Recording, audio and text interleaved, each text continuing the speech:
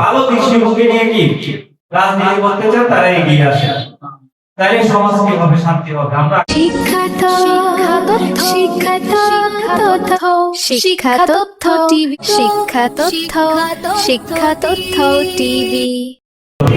একটা ভালো আগামী দিনের বাংলাদেশ চাই।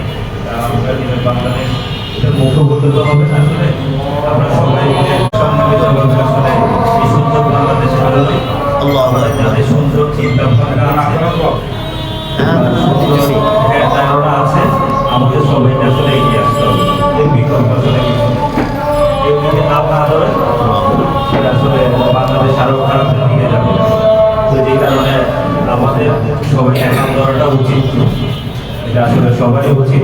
সেখানে দ্বিধা দ্বন্দ্ব সংশয় কোনো কারো প্রতি রাগ জটিলতা না রেখে সবাই সামনের দিকে এগিয়ে যাওয়ার জন্য নীরবে নিবৃত্তে কাজ করতে হবে।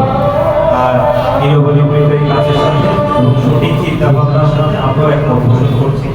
আমাদের সঠিক চিন্তা এবং প্রজ্ঞাপূর্ণ নেতৃত্বে যেন আমাদের আসে। নেতৃত্ব অনেকে চাই নেতৃত্বের গুণাবলীর মধ্যে যেন আমাদের পরিবর্তন আসে।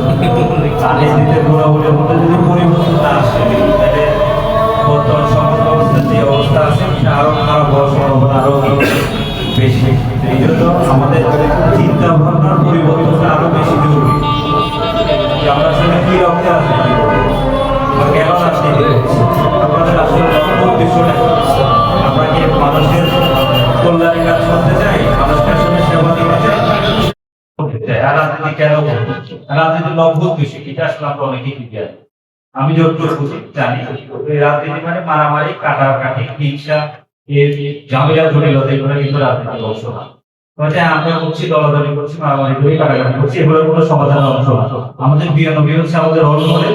ওনার আদর্শ পথ ধরে যদি আমরা রাজনীতি করতে পারি তাহলে আমরা দেশ জাতি সমাজে কি আগামী দিনে শান্তি আসবে, এর কোনো বিকল্প কিছু নাই। যে কারণে বারবার বলছি যে আমাদের চিন্তা ভাবনার পরিবর্তন আনতে হবে। আপনি জোরে কথা বললেন, মাইক ধরে দিলেন, গালিগালাজ করলেন, দুর্ব্যবহার করলেন, কোনো লাভ নেই। আপনি ভিতরে মানুষের যদি পরিষ্কার না হয়, আপনি ভালো মানুষ না হয়, ভালো চিন্তা ভাবনা না হয়, ভালো চিন্তা ভাবনার আদর্শ শরীর না হয়, আপনি মানুষকে দিবেন কি? আমরা দিতে পারবো কি? আমরা সেই আদর্শ শরীরকে যারা আমরা সবাই মিলে কি করতে পারি। আমার কাছে যদি মধু থাকে আমি মধু মিলাইতে পারবো, যদি আমার কাছে বিষ থাকে আমি কি দেবো? আমার আগে নিজের পরিশুদ্ধ হওয়াটা কি, আমার আত্মার পরিশুদ্ধ হওয়াটা আগে জরুরি।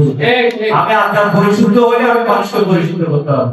এবং আমরা চাই সুস্থ একটা রাজনীতি যেন কি আগামী দিনে বাংলাদেশে যেন ফিরে আসা।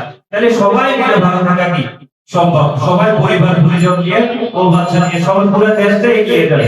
আর নাহলে দেশটা কিন্তু কি বারবার কি হবে, পিছিয়ে যাবে। এর কোনো বিকল্প কিছু না। এখনই সময় সুশীল সমাজ যারা এই ধরনের চিন্তা ভাবনা আপনাদের আদর্শকে আমি স্যালুট করি, যারা এই ধরনের ভালো দৃষ্টিভঙ্গি নিয়ে কি রাজনীতি করতে চান তারা এগিয়ে আসে, তাহলে সমাজ কিভাবে শান্তি হবে। আমরা শান্তিতে থাকবো, সবাই ভালো থাকবে। তো সবাইকে ধন্যবাদ জানিয়ে আমি এখানে শেষ করলাম। সবাই ভালো থাকবে। আসসালাম।